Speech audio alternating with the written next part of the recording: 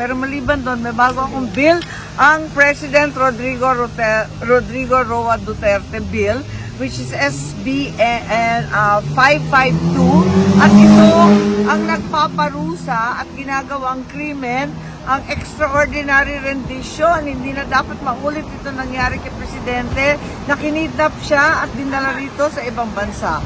At papatawan natin ng parusa. Wala tayong masasabi dahil yung ICC ang may proseso sila na kanila, pero para sa atin sa Pilipinas, labag din sa ating batas ang nangyari. Senator Amy Marcos, welcome back to the Netherlands. Kailan po kayo dumating, Senator? Ngayon na ngayon, galing sa aeroplano. Okay ba? Gusto ko lang maki-extra dito. Kumustahin kayo bago ako umuwi. At pinuntahan ko ang ating mga kababayan, mga kaigan ko, ng mga Ilocano, mga Waray, mga Bisaya sa UK at pati na rin sa Italy. Napakarami po nila at iba't iba yung problema nila. Pero in the meantime, nag-umpisa na tayo magpila ng iba't ibang mga batas sa Senado.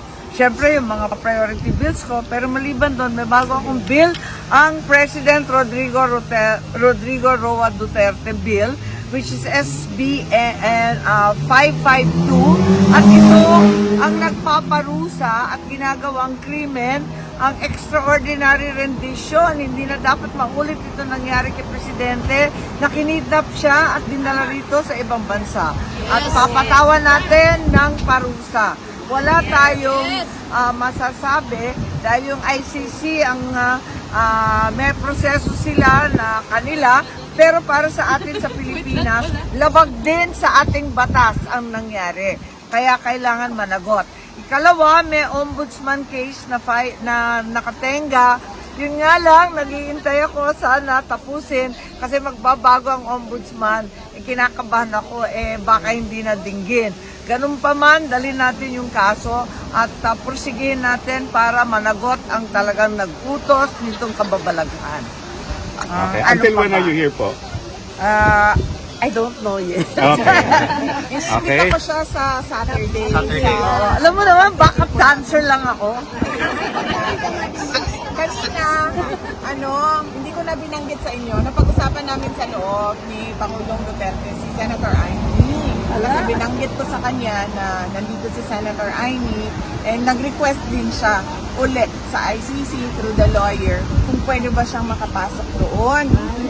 At tinanong ako ni Pangulong Duterte kanina kung bakit daw gusto pumasok ni Senator Amy. Sabi ko, baka gusto ka kausapin. Sabi niya, ano naman sasabihin niya? Sabi ko, well, hindi ko alam.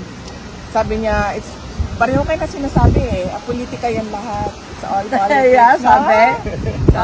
Politika yan lahat. It's all politics. And then sabi niya na, I believe that she is sincere with her friendship with you.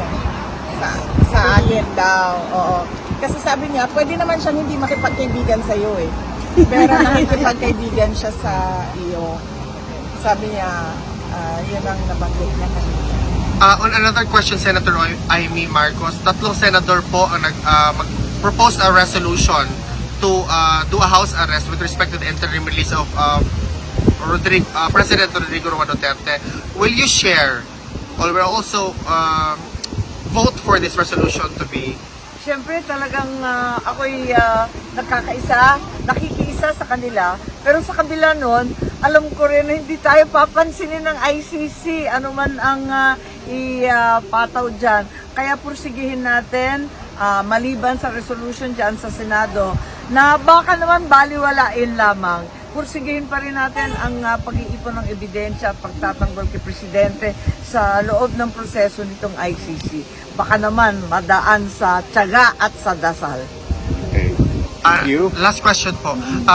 Senator Amy Marcos, you urged the Malacanang to write a comprehensive report with respect kung ano po nangyari with respect to the involvement of the First Lady, Liza Marcos. Are you also going to open an investigation to look into this matter? I think Senator Robin has already initiated an investigation. Yun ang nabasa ko sa dyaryo pero hindi pa kami nagkakausap.